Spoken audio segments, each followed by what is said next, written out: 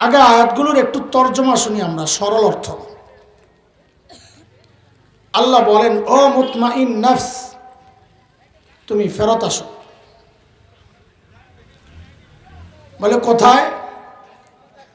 বলে তোমার রবের কাছে, যে রবের সিদ্ধান্তে তুমি দুনিয়ায় রাজি ছিলে। রব জানাচ্ছেন আজকে রবও তোমার উপর রাজি। সুতরাং রবের স্পেশাল বান্দাদের দলভুক্ত হও আর সবাই মিলে জান্নাতে ঢুকে যাও। এই হচ্ছে আয়াতগুলোর মোটামুটি তর্জমা। ও বাদামওয়ালা ভাই, বাদামওয়ালা ভাই, তুমি সরে যাও, প্যান্ডেলের বাইরে চলে যাও, ভেতরে বাদাম বিক্রি করা যাবে না। এটা বাদাম বেচে আর আপনারাও কিনেন। আচ্ছা, এটা দোয়া করি। আহেন, আমি দোয়া করুম, আপনারা সবাই আমিন কইবেন। আল্লাহ প্যান্ডেলের ভিতরে বৈশা বৈশা যে বাদাম বুট খাইব, আল্লাহ তার পেট নষ্ট করে দাও। খাও আলা করে বাদাম। আমি কইলাম মুসাফির লাগে যাবে ওই বাড়ি জায়গা, দেখছো এতক্ষণ যায় না। বুঝছি আমার আর বাদাম বেচা হইব না। বহুভাবে বুঝাই দেখছি, কাম হয় না। আমি এদিকে তাকাই, হাই ফাঁকে পরে বুদ্ধি বাইর করছি। বদুয়ারে ডরায় মানুষ, এই চুপে চুপে খা, নষ্ট হইব না। শকুনের দোয়াই কি আর গরু মরে রে? তুই যে খাস কুটকুট আওয়াজে পোলাপানের দাঁতের তো পাওয়ার, ওখানে বুট কামড় দেয়, এনে আওয়াজ হয়। তা আমারও তো একটু খাইতে মনে চায়, তোর তো বেটা পেটও শুবে। আল্লাহ, এখানে দুইটা বিষয়, মনোযোগ দিয়ে শোনা লাগবে কথাগুলো ইনশাআল্লাহ। আসেনি মনোযোগ? এই পানির পরে এই অবস্থায় ঘুম ধরে আপনাকে? ঘুমায় টুমায় যান নাই তো? অনেক সময় মানুষ সজাগ থাকে কিন্তু মনোযোগ ঘুমায় যায়। বারবার পরীক্ষা করছি, দেখছি আপনারা ফেল করেন। মনোযোগও সজাগ রাখা লাগবে, ঠিক আছে না? মনোযোগ আসেনি, সজাগ না ঘুমাইছে? পরীক্ষা লমো, কে কে ঘুমাইছেন দেখে হাত উঠায় দেখান তো। আল্লাহু আকবার।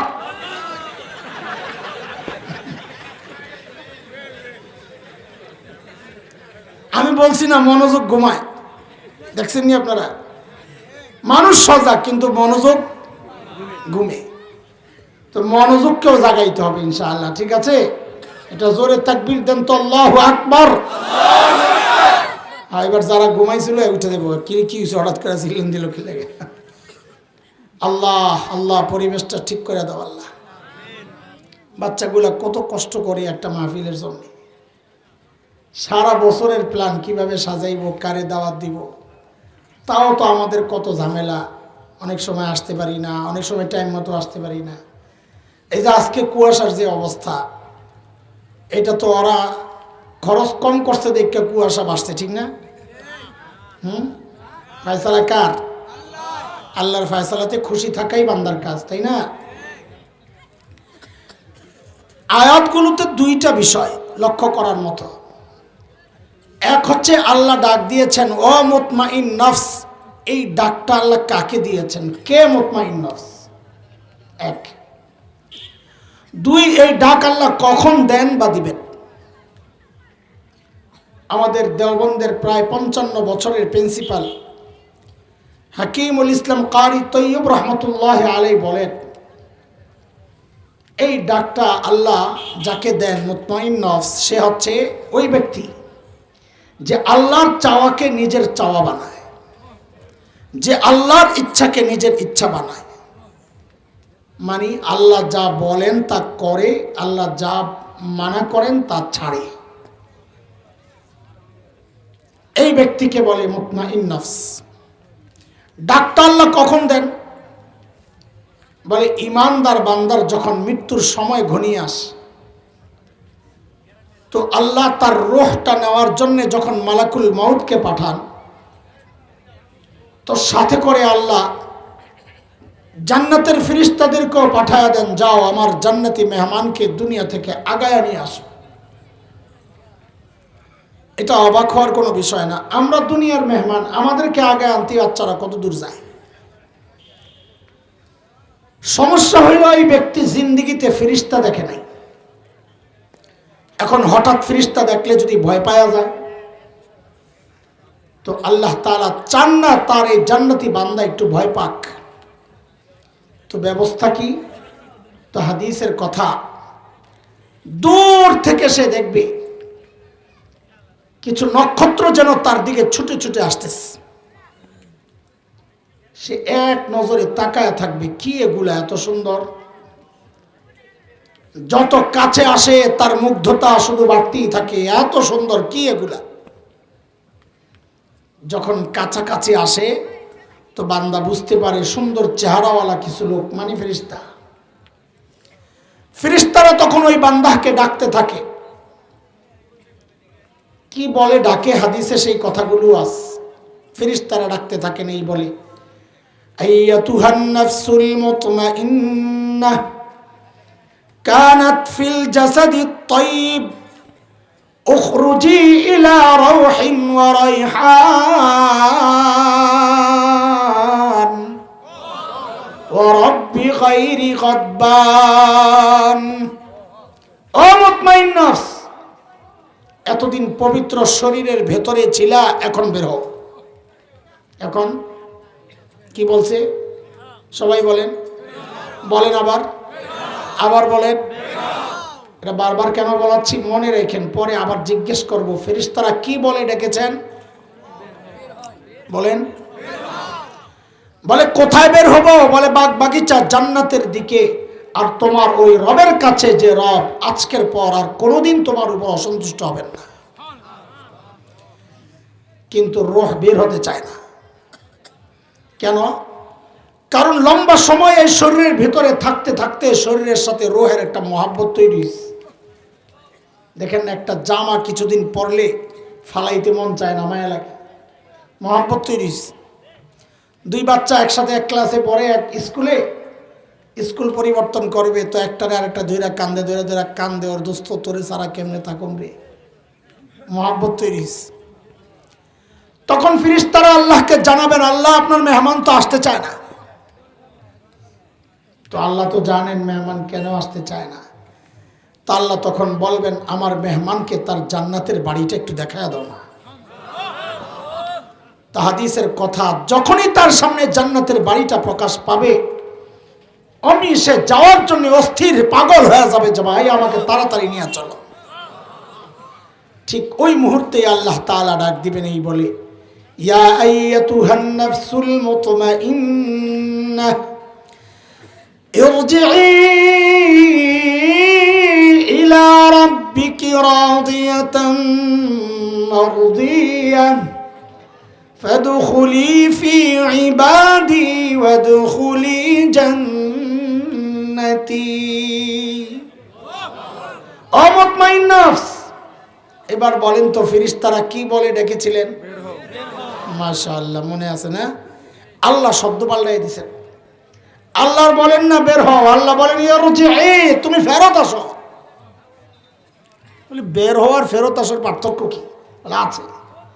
কেউ নিজের ঘরে আছে, বাহির থেকে আপনি ডাকতেছেন, ভাই ঘরে নি, কহা একটু বাইরে। আর বাচ্চারা বাহিরে খেলতেছে, মা ডাকার সময় কি বলে, এই সন্ধ্যা হয়ে গেছে ঘরে বেরোতে হয়। তার মানে ফেরত আয় তখনই বলা হয় কেউ যদি নিজের ঠিকানায় না থাকে। বের হও বলা হয় তখনই কেউ যখন নিজের ঠিকানায় থাকে। ফেরেশতারা যখন ডেকেছেন বের হও, তো বান্দার চিন্তা, আমি তো জায়গা মতো আছি, কেন বের হম? কিন্তু যেই না আল্লাহ বলেছেন ফেরত আসো, তো বান্দা বুঝে গেছে যেখানে আসি এটা আমার আসল ঠিকানা না। তাহলে আসল ঠিকানা কই? তো আল্লাহ তো দেখাই রাখছেন, ওই যে জান্নাত দেখা যায়। ইরজিই ইলা রাব্বিক রাদিয়াতান মারদিয়া। বান্দা, দুনিয়ায় তুমি পরীক্ষা দিয়েছ, আমার সব সিদ্ধান্ত খুশি মনে মেনে নিয়েছ। আজকে আমি রব ফলাফল ঘোষণা করছি, মারদিয়া। আজকে আমিও বলছি তুমি পাস, আমিও তোমার উপর রাজি। তো বলে পরীক্ষায় পাস করছি, এবার পুরস্কার দেন। তো আল্লাহ বলেন, এই হাফেজরা খেল রেখেন, আমি একটা আয়াত চুরি করুম এখন। তো আল্লাহ বলেন, ওদখুলি জান্নাতি, আমার জান্নাতে ঢুকে যাও। কি চুরি করছি? জোরে বলেন, ফাদখুলি ফি। স্পেশাল বান্দাদের দলভুক্ত হও। এটা শুরু করলাম কেন? মনোযোগ আকর্ষণের জন্য, যে এই কথার কি রহস্য। জান্নাত দিবেন আপনি, দিবেন তার আপনার খাস বান্দারে, ডাইরেক্ট ঢুকলে কি সমস্যা? আবার স্পেশাল বান্দাদের দলভুক্ত হইয়া তারপরে কেন জান্নাতে যেতে হবে? কইটা একটু বুঝার জিনিস। একদম প্রথম দিন শ্বশুর বাড়িতে যখন যায় জামাই বা বউ, প্রথম দিন মারে না আদর করে? কি ব্যাপার আপনারা এমন ভাবে বললেন যেন অধিকাংশই যায় মাইটের খাইছেন। তো জোরে বলেন, কি করে? মাইটের দিলে তো দেয় পরে, ওই যে ঘুষমুষ খাইলে কি জানি কয়, যৌতুক, যৌতুক মাইট তো দেয় পরে। মেয়েটাকেও প্রথম দিন গেলে আদরই করে, গুতাগুতি খোসাখোসি যা করে ননদ আর শাশুড়ি সে তো পরে। প্রথম দিন তো কি করে না, কষ্ট দেয়? কি করে? কি করে? বউটা জানে প্রথম দিন আমি গেলে আমারে আদর করবে, জানে। তারপরেও নতুন বাড়ি, নতুন ঘর, নতুন ঠিকানা, অজানা একটা আশঙ্কা তার মধ্যে কাজ করে, আহারে কি জানি হয়। তো ওই ডর ভাঙার জন্য ও কি করে, ওর সাথে একটা ছোট বন্টন নিয়ে নেয়, কাজিন, খালাতো, মামাতো, ফুফাতো, চাচাতো একটাকে নিয়ে নেয় অস্বস্তি দূর করার জন্যে, অজানা আশঙ্কা যারা ওকে কষ্ট দিচ্ছে এটা দূর করার জন্যে।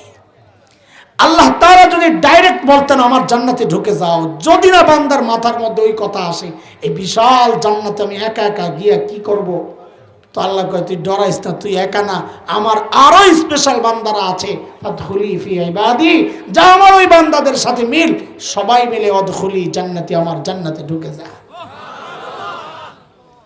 এই হইল আয়াতগুলোর মোটামুটি তর্জমা। দোস্ত, জীবনের টার্গেট ঠিক করে, টার্গেট ঠিক করে। বলে টার্গেট তো আছে, হ্যাঁ আছে, আমরাও জানি। যার দোকান একটা, ওর টার্গেট আরেকটা, বাড়ি একটা, টার্গেট আরেকটা। মেম্বার সাহেব টার্গেট চেয়ারম্যান হবে, চেয়ারম্যান টার্গেট এমপি হবে, টার্গেট আছে। কিন্তু একজন ইমানদার হিসাবে প্রত্যেকটা মানুষের জীবনের টার্গেট একটাই হওয়া উচিত, সেটা হচ্ছে আমার মৃত্যুটা যেন হয় ওই অবস্থায় যে মৃত্যুর সময় আমার মালিক ডেকে বলেন, ওরে বান্দা আমি তোর উপর রাজি।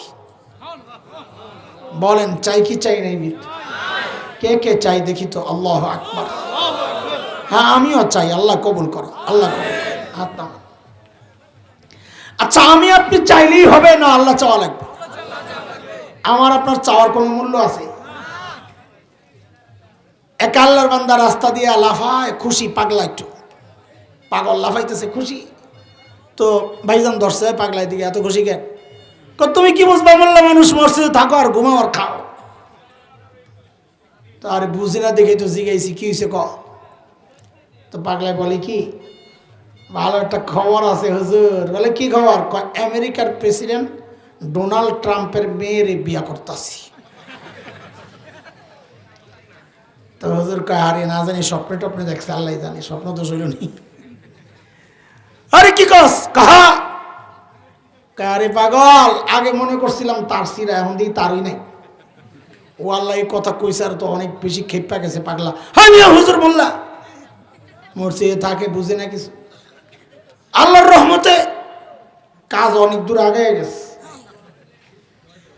তো হুজুর ধরছে, এই কাজ অনেক দূর কি আগাইছ? অর্ধেক আগায় গেছে। কদ্দূর? হ্যাঁ কথা বলে না, কদ্দূর? হুজুর তো আরো কৌতূহল বাড়ছে, কয় এই পাগলাই কি কয়, এদিকে কি অর্ধেক আগাইছস? কয় আমি তো রাজি। বিয়ের মধ্যে কয়জনের রাজি লাগে? হ্যাঁ রাজি হইলে কাম কদ্দূর আগাইছে? কথা তো ঠিকই আছে, কিন্তু এর এই রাজি দিয়া বিয়া হইব? এর এই রাজির কোনো মূল্য আছে? দোস্ত কইছি তো আমরা সবাই ওই মৃত্যু চাই, কিন্তু আমার আপনার চাওয়ার দ্বারাও কিচ্ছু যায় আসে না, চাইতে হবে কার? আল্লাহ বলেছেন সেটা সূরা কুবিরাত তাকবীর 4 নম্বর সূরা আম্মা পাড়ার শেষ আয়াতগুলো খুঁজে দেখেন আল্লাহ কি বলেন। আল্লাহ বলেন, ওমা তাশাউনা ইল্লা আন ইয়াশা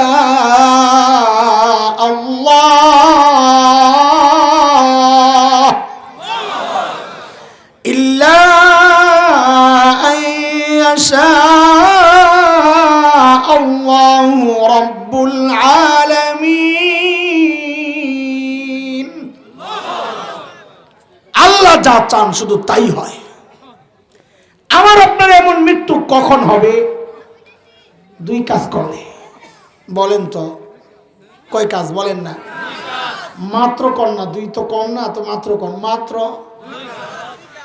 দুইটা কাজ করলেই মৃত্যুর সময় আল্লাহ ওই ডাকটা দিবেন। সহজ হয়ে গেল না? মাত্র করতে রাজি তো ইনশাআল্লাহ? কি সেই দুই কাজ? তো আমার সাথে বলেন। এক নাম্বার হলো আল্লাহকে রাজি করতে হবে, আল্লাহকে রাজি। দুই নাম্বার হইল আল্লাহকে রাজি রাখতে হবে। বলেন বলেন, আল্লাহকে রাজি এক নাম্বার, করতে হবে দুই নাম্বার। বলে করে কেমনে, রাখে কেমনে? বলে সমস্ত নেক আমল যা আমরা করি, নামাজ, রোজা, হজ, যাকাত, তাসবিহাত, তিলাওয়াত, এই সব হচ্ছে আল্লাহকে রাজি করার পদ্ধতি। এগুলো করলে আল্লাহ কি হন? বলে রাখে কেমনে? বলে আল্লাহ অসন্তুষ্ট কেমনে হয়, এটাকে বের করো। বলে বান্দা যখন গুনাহ করে তো আল্লাহ অসন্তুষ্ট হয়ে যান, তো আল্লাহকে রাজি রাখার পদ্ধতি হচ্ছে গুনাহ ছেড়ে দেওয়া। কি? আরে ঠিক না? বলেন আল্লাহকে রাজি রাখার পদ্ধতি কি? কি কি? গুনাহ করলে আল্লাহ নারাজ হয়ে যান। ভাইও, নেক আমল করার চেয়ে গুনাহ ছাড়ার গুরুত্ব বেশি। আল্লাহকে রাজি করলাম কিন্তু গুনার কারণে রাখতে পারলাম না, এটা আমাদের জন্য আরো বেশি দুর্ভাগ্য।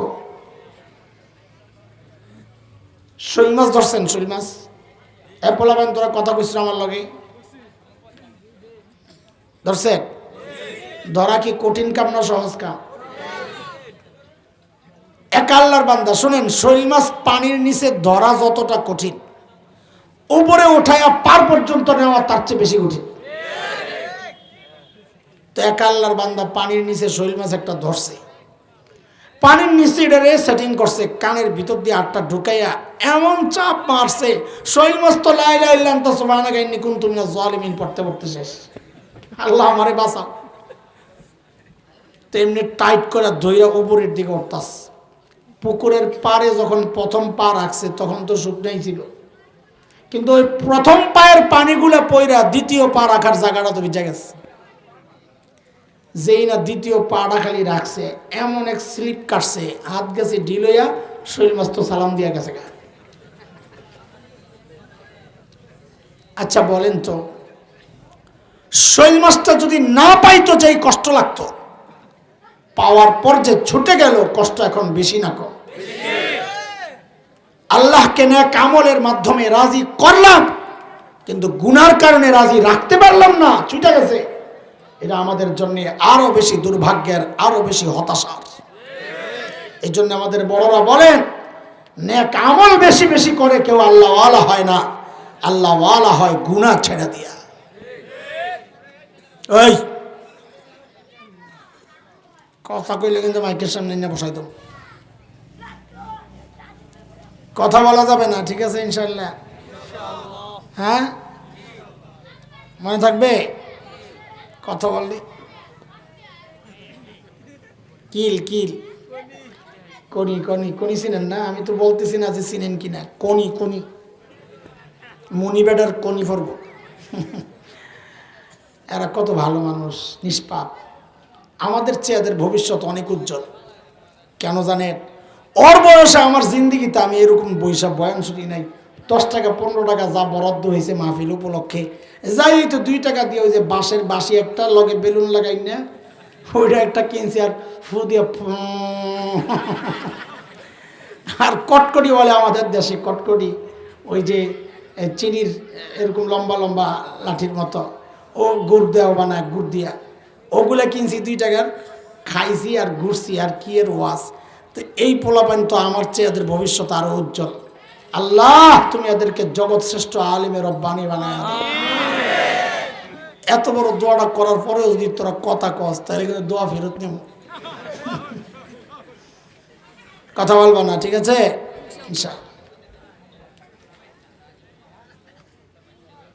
আজকে আমরা অর্ধেক আলোচনা শুনব, সেটা হচ্ছে আল্লাহকে রাজি রাখার পদ্ধতি। ইনশাআল্লাহ যেহেতু করার পদ্ধতি আলোচনা বেশি হয়, এই জন্য আজকে আমাদের আলোচনা হলো রাখার পদ্ধতি। আল্লাহকে রাজি রাখবো কেমনে? বলেন, গুনাহ ছেড়ে দিয়ে। বলেন, সবাই বলেন, পড়াটা মুখস্থ করেন, একদম শুরু থেকে শেষ পর্যন্ত আমার পড়া মুখস্থ শোনাইতে হবে ইনশাআল্লাহ। বলেন, আমরা আল্লাহকে রাজি রাখবো কিভাবে? তো বলেন, গুনাহ ছাড়বো ইনশাআল্লাহ। পিছনের পড়াটা আবার শোনান। গুনাহ কেন ছাড়বো? আল্লাহকে রাজি রাখার জন্য। সাবাস। বলেন, গুনাহ কেন ছাড়বো? আল্লাহকে রাজি কেন রাখবো? যেন মৃত্যুর সময় আল্লাহ ডেকে বলেন, বান্দা আমি তোর উপর রাজি। ঠিক আছে ইনশাআল্লাহ। দেখেন, আমি যেখানে নামাজ পড়াই ঢাকায়, এর চারদিকে কলেজ, ইউনিভার্সিটি, একদম অনেক। Dhaka university, BUET, Dhaka college, city college, আরও অনেক কলেজ ইউনিভার্সিটি। কলেজ ইউনিভার্সিটির ছেলেরা অনেক আসে আমার কাছে। আমি ছোট মানুষ, ডরাই না, এরপরে বড়দের কাছে যাইতে ভয় পায়। তো প্রায় ছেলেদের এখন একটাই কথা, আক্ষেপ, হযরত গুনাহ তো ছাড়তে বলেন, আমরাও ছাড়তে চাই কিন্তু ছাড়তে পারি না। এই সমস্যা তো সাতারপুরে নাই, কি বলে? আছে? হ্যাঁ, হায় আল্লাহ, আমরাও আমাদের শায়েখদের কাছে যাইয়া বলতাম, হযরত গুনাহ ছাড়তে চাই, ছাড়তে পারি না। তা আমাদের বড় মুসি মুসি হাসতেন আর বলতেন, আরে আমরাও তো আমাদের শায়েখদের কাছে যাই এই কথা বলতাম যে হযরত গুনাহ তো ছাড়তে চাই, ছাড়তে পারি না। বোঝা গেল সমস্যাটা নতুন না, অনেক পুরাতন সমস্যা। সেই জন্য আমাদের বড়রা আমাদের উপর দয়া করছেন দোস্ত, কোরআন হাদিস ঘেটে ঘেটে আমাদের জন্য গুনাহ ছাড়ার কিছু সহজ রাস্তা বের করে দিয়েছেন, যে তুমি এইভাবে এইভাবে চলো তো তোমার জন্য গুনাহ ছেড়ে দেওয়া সহজ হয়ে যাবে। এই এতক্ষণে যায় আজকের আলোচনার বিষয়বস্তু ঠিক করলাম, এতক্ষণ ভূমিকা সাজাইছি। কি আজকের আলোচনার বিষয়বস্তু? গুনাহ ছাড়ার সহজ রাস্তা। বলেন আমার সাথে, আজকের আলোচনার বিষয় কি? বলেন, বলো ছেলে, তোমরা বলো, যুবকরা দাঁড়ায় রয়েছে, বলো আজকের আলোচনার বিষয় কি? ছাড়বো তো ইনশাআল্লাহ। পিছনের পড়া শোনান, কেন ছাড়বো? আল্লাহকে রাজি কেন রাখবো? যেন মৃত্যুর সময় আল্লাহ ডেকে বলেন, বান্দা আমি তোর উপর রাজি, সুতরাং আমার জান্নাতে ঢুকে যা। ঠিক আছে? এক নাম্বার গুনাহ ছাড়ার সহজ রাস্তা হচ্ছে, যত বিপদ দেখব, হোঁচট খায়া পড়ে গেছি, আমি মনে মনে ভাববো এটা আমার গুনার ফসল। অসুস্থ হয়ে পড়ছি, আমি মনে করবো এটা আমার গুনার ফসল। ফসল নষ্ট হয়ে গেছে, ব্যবসা মন্দা, আমার ছেলে সন্তান আমার কথা শোনে না, আমার বিবি আমার কথা শোনে না, তো আমি মনে করবো আমিও তো আমার রবের কথা শুনি না, এটা আমার গুনার ফসল। হ্যাঁ, গুনাহ করলেই যে বিপদ আসে ব্যাপারটা এমন না। কখনো কখনো আল্লাহ নেককার বান্দাকেও বিপদ দেন তার মর্যাদা বাড়ানোর জন্য। যেমন এক ক্লাস থেকে আরেক ক্লাসে উঠতে পরীক্ষা দেওয়া লাগে না? তা আল্লাহ যখন কোনো বান্দাকে উপরে উঠাইতে চান তো একটা ছোট্ট পরীক্ষা নিয়ে পাশ করাইয়া এরপরে উপরে ওঠা। কিন্তু আমরা এটা মনে করব না যে আল্লাহ আমার পরীক্ষা নিচ্ছেন, কারণ তখন একটা ভাব আসতে পারে যে আমি মনে হয় কিছু হইয়া আসছি। এই ভাব যেন না আসে, এই জন্য আমরা মনে করবো আমাদের এই বিপদ কি কারণে? গুনার কারণে। কিন্তু আমাদের সমস্যা কি জানেন? আমাদের সমস্যা এক জায়গায়, আমরা সমাধান খুঁজি আরেক জায়গায়। যেমন বউ কথা শুনে না, আমার মাথায় এটা আসে না, আমিও তো আমার রবের কথা শুনি না, আমি সমাধান খুঁজতেছি আরেক জায়গায়, আইসি হুজুরের কাছে। কিরে কি হইছে? হুজুর বউ তো কথা শুনে না। তো তোর বউ কথা শুনে না, আমি কি করব? আপনি হুজুর মানুষ, যা করার হেডেই তো করবেন। কি করা কাটা তাবিজ দেন। কি দেন? আল্লাহ আমাকে মৌলবি করে বানাইছে তোমাকে তাবিজ দেওয়ার লেগে, তাই না? হ্যাঁ, আর খতম করে ফু, হ্যাঁ, আর জানাজা পড়াইতে। তো হুজুর দিনদার মানুষ, বহু আল্লাহর বান্দা তো আছে, এমন কাস্টমার পাইলে হাতছাড়া করে না। কিন্তু হুজুর দিনদার মানুষ তো বুঝাইছে, রে সব কিছু তাবিজের কাজ না, দিলে দিলে জোড়া, এটা তাবিজের কাজ না, এটা কুদরতের ফয়সালা। প্রত্যেকটা জিনিস জোড়া লাগতে আল্লাহ তৃতীয় একটা জিনিস নির্ধারণ করেছেন, একটা দিয়ে আরেকটা জোড়া লাগবে না।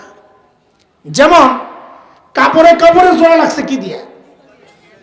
এখানে তার কাটা কাজ হবে লোহা। এই কাঠে কাঠে জোড়া লাগছে কি দিয়ে? এখানে সুতায় কাজ হবে। ইটে ইটে জোড়া লাগছে কি দিয়া? ওখানে লোহার সুতায় কাজ হবে। দিলে দিলে জোড়াও, এটা তাবিজ দিয়া লাগবে না। বলে কি দিয়া লাগবে? বলে আমি কি বলবো, দিল যে আল্লাহ বানাইছেন ওই আল্লাহরে জিজ্ঞেস করো। তো আল্লাহকে জিজ্ঞেস করছি, আল্লাহ সূরা মারিয়ামের মধ্যে জানাইয়া দিয়েছেন দিলে দিলে জোড়া কি দিয়া লাগে। আল্লাহ বলেন ইন্নাল্লাযীনা আমানু ওয়া আমিলুস সালিহাত সায়াজআলু লাহুমুর রাহমানু উদ্দা। বান্দা তোর ঈমান ঠিক কর, আমল ঠিক কর, দিলে দিলে জোড়া আমি আল্লাহ লাগায়া দিব। যেই না এই কথা কইছে, বেড়া এমন খেপা খেপছে, হুজুর আপনাকে না, হুজুর একটা অভ্যাস খারাপ, সব জায়গায় খালি ধর্মটাই না লইয়া গেল। মিয়া অভ্যাস হুজুর একটা ঠিকই আছে, অভ্যাস তোমারটা খারাপ। ধর্ম সব জায়গার জন্যই আল্লাহ পাঠাইছেন। তুমি এনে মনে করো ধর্ম খালি মসজিদের কাজ, ধর্ম খালি মাদ্রাসার কাজ না। আল্লাহ আমার কোরআনকে পাঠাইছেন সংসদ পরিচালনার জন্য, আল্লাহ কোরআন পাঠাইছেন সচিবালয় পরিচালনার জন্য, আল্লাহ কোরআন পাঠাইছেন বাজার নিয়ন্ত্রণ করার জন্য।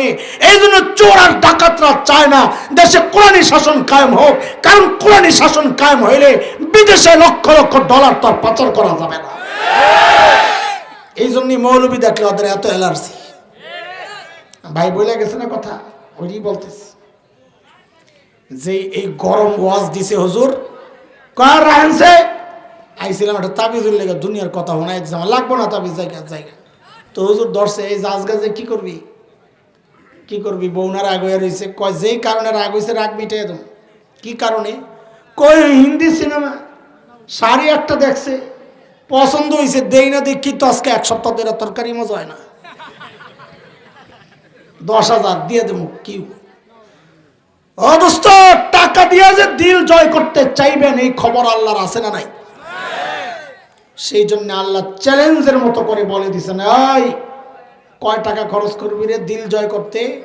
লাখ, কোটি, মিলিয়ন, বিলিয়ন, ট্রিলিয়ন, সব সারা দুনিয়াতে যা কিছু আছে সব যদি খরচ করস, তুই দিলে দিলে জোড়া লাগাইতে পারবি না, কারণ এটা টাকার কাজ না, এটা আমি আল্লাহর কাজ। কার কথা এটা? আল্লাহ বলেছেন সূরা আনফালের মধ্যে।